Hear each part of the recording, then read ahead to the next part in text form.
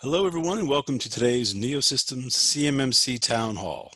Now I'd like to introduce your host, Ed Bassett from NeoSystems. Ed? Thanks, Don. Hi, and welcome everyone to this continuing series of Town Hall Ask Me Anything sessions on the Cybersecurity Maturity Model Certification. My guest today is Mr. John Weiler, Chairman of the Board at the CMMC Center of Excellence, among other initiatives that he has going on. I want to remind the audience, we are recording these sessions as part of our community outreach to the Defense Industrial Base. If you do have questions during the proceedings, please send those in on the Q&A chat or the Q&A feature within Zoom, and I'll try to work as many of those questions in as I can. Our focus primarily is on, as a service provider organization, our focus is on organizations that are seeking certification. So we know there's many of you in attendance today, and you may have some questions.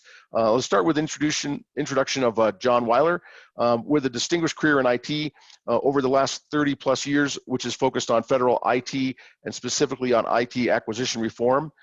John most recently is executive director at the Interoperability Clearinghouse, a nonprofit research institute, and co-founder and CEO of the IT Acquisition Advisory Council, which is a public-private partnership that helps agencies embrace commercial IT innovations. John's most recent initiative, which we'll be talking about quite a bit here today, is the formation of the CMMC Center of Excellence, a nonprofit partnership that's focused on the common good of the defense industrial base. John, thanks very much for joining us today. My pleasure. Since you were last here on our Town Hall series back in July, a lot has changed in your world as well as the CMMC world in general. So thanks for taking time with us again to kind of update on current events and where things are heading. The CMMC Center of Excellence, it's an exciting development. As you know, most of our audience is organizations seeking certification under CMMC. Center of Excellence expresses support of these organizations as kind of front and center mission. Kind of maybe start us off with an overview of that mission and what we're trying to accomplish with the Center of Excellence. Thank you, Ed, for having me, and appreciate being part of this. You're doing a great job in keeping the market apprised on these very interesting developments.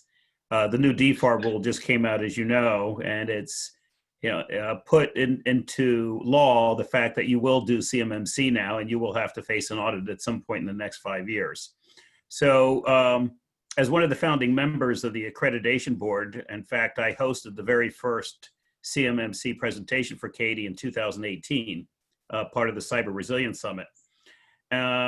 It's been interesting watching this whole thing evolve, and as the AB becomes laser focused on setting up the audit process and the audit procedures, what has become absolutely clear to me and some of my colleagues within the AB is a lot more work, a lot more focus has to be on how to prepare and get the contractors ready for entering into the audit phase.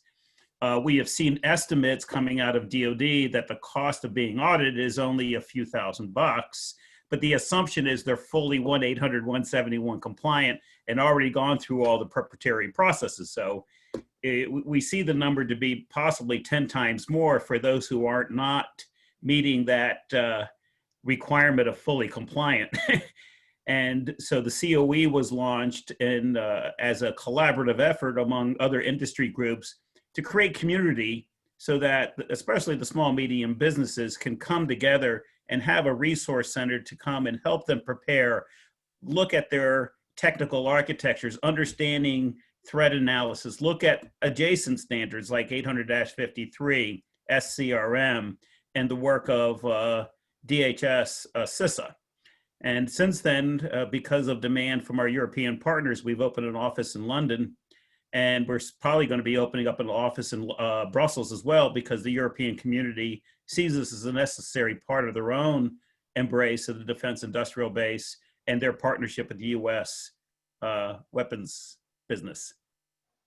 So there's a lot going on. There's an immense amount of activity within the organization. We have brought on many organizations who are both going to be helping create the infrastructure for the COE as a core competencies for us is to helping facilitate in the understanding of the application, but also organizations like yours who can come in and actually be part of the delivery mechanism.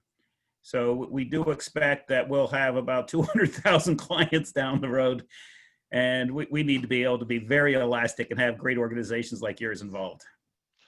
Well, thanks. Definitely the need for readiness preparation is a much larger effort than the actual assessment or audit effort, right? And Correct. no question about that. So glad to see you guys mobilizing to help make that easier. So how did that Center of Excellence concept grow out of some of the previous work you were doing, or maybe still are doing, with ITAC, as well as your work on the CMMC accreditation body? How did that sort of lead you to say, hey, let's form a new organization, and what's the reason for that? So when I volunteered to be part of the stand-up, I was encouraged by the organization orchestrating the new AB last year. It was Professional Services Council, Alan Javakin, and we're close colleagues. And he saw the opportunity to leverage the work of myself and my team at the ITAC, a government chartered nonprofit, to bring some rigor into the stand-up of this new 501c corporation. So my first role in the AB was to run the standards group. And as time went on, there was another opportunity to say, how do we engage partners? How do we create a partnership network? How do we create an ecosystem within the AB so we have community? So I began to establish MOUs and other agreements, assuming that the accreditation board was going to be formed and submit to IRS as a 501c6, which allows you to have members. And that was the vision, that was the plan, but there was a hard right turn at one point where the AB decided to go a 501c3, which really removed the whole partnership structure that I had envisioned. And I decided to take that concept of operation called the Strategic Relations Group, and with support of the board, move that out as under the ITAC umbrella. And that is what created the CMMC Center of Excellence, because I needed a brand for that non-entity at the time, and it seemed like a rational extension of what was going on under the ITAC as a public-private partnership. So my understanding is there's an MOU between the CMMC accreditation body and the Center of Excellence. What's the relationship between the two, and what is it that the Center of Excellence can do that the accreditation body cannot, and vice versa? You mentioned members. What's the difference between the two? Ed. Thank you. I always believe genius is in the question, not the answer. So the agreement was actually with the ITAC, and then the ITAC said, okay, what do I do with this agreement? How do I operationalize this federation of partners that are mostly nonprofits? And we needed, the ITAC is, it wasn't the perfect model, but it had the nonprofit structure. So we extended the ITAC out and created the COE in order to solve problems that the AB can't solve. The AB is focused, as the leadership says, and in their charter, is getting organizations through the accreditation process. And what we saw were several things that we felt were necessary for the larger ecosystem to be viable. So as even Katie will say, and others will say, CMMC is part of a larger system of standards and processes and activities. In and of itself, it's not going to secure the supply chain. So we decided to extend that CMMC concept into a larger cybersecurity architecture that allowed NIST to get involved, DHS CISA to get involved, the Center for Internet Security to get involved, the IT Consortium for Software Quality to get involved, MITRE, Carnegie Mellon, Johns Hopkins Applied Physics Lab. So we could have an operational element where these organizations could contribute, participate, and create more IP than just the guides that we had developed within the AB. And those guides are still part of the COE as well. They're shared between us because the folks that are part of the AB are also cross-pollinating within the Center of Excellence. So I work with Jeff Dalton, I work with Regan, I work with Chris Golden, so that we have, two arms, one that helps the community get ready and understand the whole ecosystem, and one that focuses the AB on the pure certification and accreditation activity. So if I'm reading this right, it sounds like the accreditation body is really responsible for creating a level playing field and making sure it stays level, and the COE is really looking at enabling people to be successful on that playing field, right? Accelerating. Yeah, and I'm not sure I would call it a certification. level playing field, but their pure focus is getting, driving industry into the certification and accreditation process. So when you look Okay. at NIST, ISO standards, 17021, 17011, 17001, there are rules around ISO about what you can do when you're an accreditation body. So there are things that are necessary for the ecosystem to be successful, and we are taking on those additional activities, i.e. preparation, community, education, awareness, remediation, and technical architectures. So this allows the AB to scale up and focus, because if they try to do too many things, we're seeing what happens. There were some troubles with other models for funding that might not have been well received. But that's been abandoned, and we're taking on some of those other partnership models that really don't fit within an accreditation board if they're going to be moving forward with their ISO certification. Makes sense. So what if any is the connection of the Center of Excellence to government? Do you see the role, COE playing a role with respect to the DoD and their plans to roll out CMMC? I mean, is there any direct relationship there, advisory or otherwise? Yes, there are. The government in the MOU between Ellen Lord and that established the AB of March said we also need to have an independent industry advisory council that's completely independent of the AB and completely independent of the government. So we are fulfilling that objective of having an independent council that brings together many, many different voices. Today, we have about 200,000 companies integrated into the collective under this umbrella of a consortia of consortia. The other role is that we are, because CMMC is solely focused and controlled by OUSD ANS, there are other actors that need to be or want to be involved, like NIST, like CISA, like DoD CIO, like Army, Navy, and Air Force acquisition shops who are trying to figure out, how do I apply this to my acquisition processes? How do I embed CMMC? When do I apply it? To what level do I need to apply it? So there is a educational element and a mentoring element for government as well on how to apply. We also have been asked to set up a training program for NASA for their SOUP program. They have 500,000 contractors under Super Ready. How do we get them aware? How do we help NASA serve DoD, which, DoD is the largest user of the NASA SOUP contract, and same thing with GSA. GSA is saying, hey, GSA stars, small business, you need to get CMMC compliant. And we're going to be helping them get educated and prepared to meet not only a DoD mandate, but what is appearing to be a much broader community embracing the standard, including out of the EU.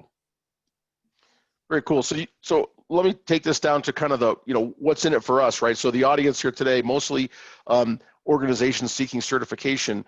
In terms of direct support for those organizations, you've alluded to a lot of things as far as accelerating, helping them to do that. What exactly does the Center of Excellence have in the works, and how can companies get involved, take advantage of those benefits?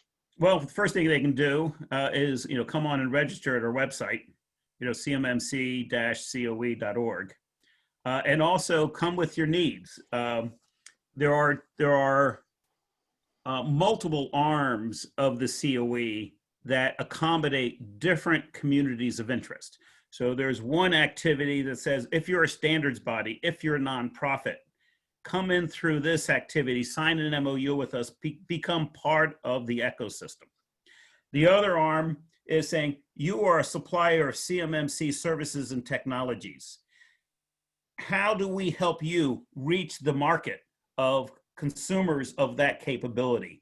And we become the sorting hat to say, here's a better alignment for you. You're a small company, go here. You're Raytheon, come here. So we want to be able to help coordinate the transactions of buyers and suppliers as an honest broker that inherits some of the capabilities of the ITAC and the models that we've developed under the ITAC, which the government has already embraced, certified, and approved. So acting as an honest broker.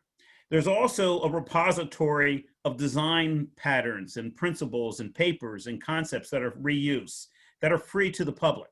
So we want to make it easy for those to understand, how do I peel this onion? What are the intricacies of not only compliance, but what are the adjacent issues about, keeping my systems updated, secured, pen testing tools.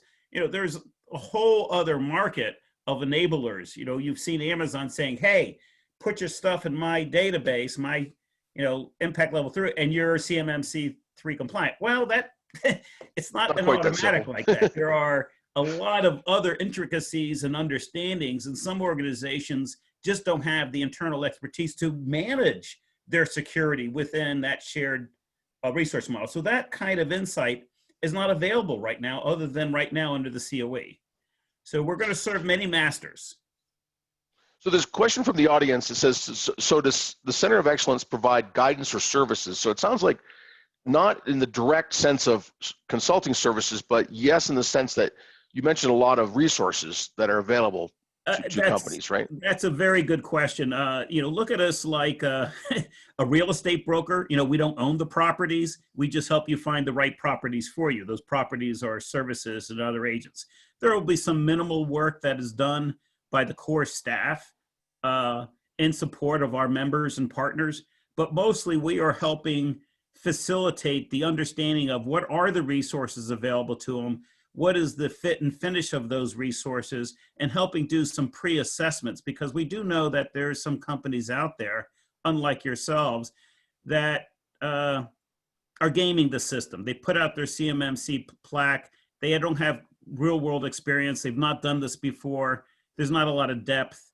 So the market's confused because everyone all of a sudden out there who's have any competencies in cybersecurity are now claiming to be a CMMC provider. In fact, one of my board members who works for a very large defense contractor put out a notice to all their contractors saying, what is your current status on CMMC compliance? And 2 very large subs said, we're already certified. Nice. No one's been certified. Nobody.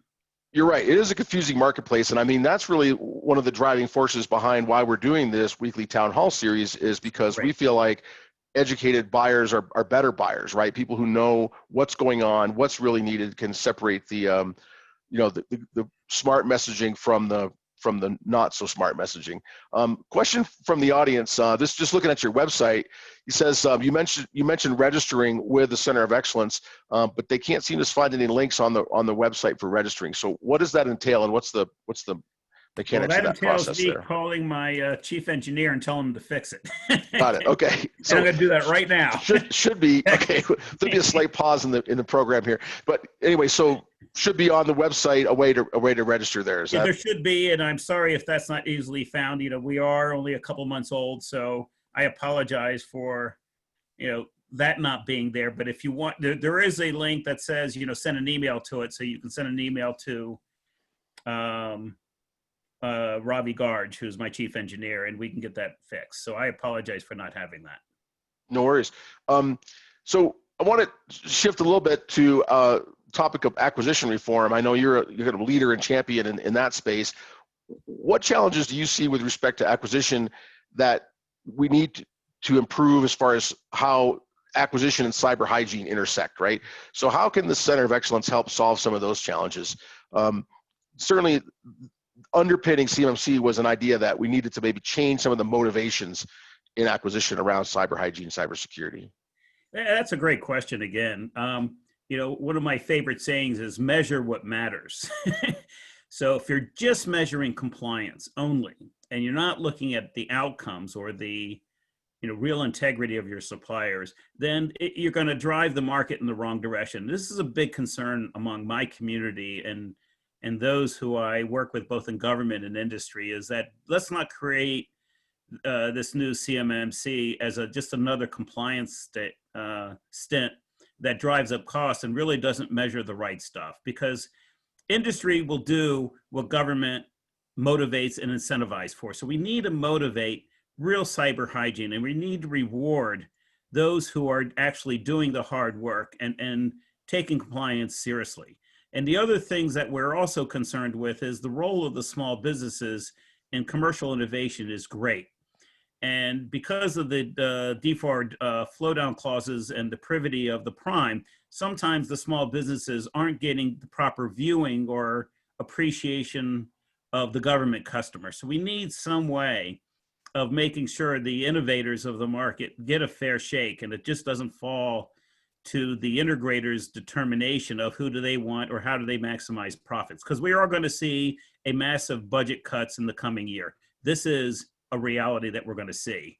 So you don't want to have a dual impact on the small innovative businesses where cost of doing business with DoD is going up at the same time as the amount of DoD spend is going down. It's going to crush a lot of companies if we're not careful. And our advice to government is let us help you work through this and make sure that you're maximizing the use of small innovative companies and help them get through this process. So you mentioned, the kind of a focus of the Center of Excellence on sort of small and mid-sized businesses, but one of the things that we're seeing with the larger businesses, those that are, the prime contractors, is thinking about how CMMC flows down to the lower tiers of the supply chain. And, certainly possible that by limiting where you flow sensitive data, you may be able to reduce the burden on those smaller businesses because maybe they only need level 1 and not level 3 or higher. And so you lower the burden, you may lower cost, but you also limit what they can do. And so that's something that the big primes are spending quite a bit of effort thinking about how to do that. And, one school of thought is that they should be trying to minimize the number of places that they send this data. And again, it minimizes burden, cost, and a few other benefits. Risk certainly minimizes security risk by lowering the exposure. Is overall management of the supply chain risk something that you see the Center of Excellence influencing? Are you working with any of those larger businesses on those kind of topics? Yeah, see, our view of the large businesses, the big SIs, is to treat them as a customer or a partner in helping the small, medium businesses. And this is a complex issue because you have a many-to-many situation. You have many smalls working for many larges and vice versa. So it's incumbent upon the primes is to be an active participant in helping these small businesses get through this and possibly coming up with a way of a shared vetting model. I love the model that ExoStar developed years ago. And it's one that I'm paying attention to as we move forward is this a good model for us to adopt as well? And help the primes be a partner with the COE that actually reduces their cost of bringing in small business suppliers that have already been certified or prepared. Because if you look at the new DFAR rule that just came out a couple weeks ago, it's an interim rule. That means it's in place now today. Mm-hmm. And they are allowing and will continue to perpetuate self-attestation of this 800-171. So if you're not there and you don't have good documentation that you are compliant with NIST 171, it's just as bad as not being compliant with CMMC. So there is a lot of confusion of how that's all going to be rolled out and what the role of DCMA is and the DIB cap. But it's pretty clear to us, the rules are out, they're being applied, and it's time to get on board and initially start with the 171 self-assessment so that you can really be prepared. And we're here to help with that as well. So John, audience question, specifically going back to the conversation earlier about some of the confusion in the marketplace. So the question is there any guidance you can provide in helping a small supplier evaluate potential providers of CMMC support services? It's confusing. What's important in selecting someone to help us? That's a good question. One is being able to look into past performance of any advisory. Do they have a history of experience within NIST 1-800-171 and NIST 800-53? Do they understand the role of technologies in securing and managing CUI and FCI data? What are the implications of a of a mobile work at home workforce, because that opens up a huge amount of vulnerabilities if you're working from home and viewing or accessing CUI and FCI data. So it's bigger than just understanding what the standard says and interpolating it. It means going beyond and understanding what is the role of the advisor and supplier, and actually working through all these complexities, not just understanding and reading the NIST 1-800-171 or CMMC standard. So there are a lot more complexities. It's going to be harder than people think, and real world experience matters. In fact, I love to say experience matters most. You can have a training certification that you've been through training, but I'll tell you, I'll never go to a doctor for a surgery where he just graduated from school. I want to see that he's actually done this before in a real world environment. Thanks. So going to the topic of acceleration, you mentioned way at the beginning. I want to kind of circle back on that. One of the biggest challenges with CMMC is rolling this out to 300,000 members of the defense industrial base. In order to make that happen, we really have to have rapid expansion of the ecosystem, right? So a 5-year rollout is quick. It's going to take a lot of people focused on making this a reality. How will the COE help align market forces with this DoD mandate? How will DOE or the COE, Center of Excellence, help to quickly get the right talent focused on the right challenges? What's your role in facilitating that acceleration? Oh God, there's a lot to that can be automated and facilitated to get that done quickly. We are putting together a training program using a subset of the materials that we're using for the AB and for the 3 PIOs.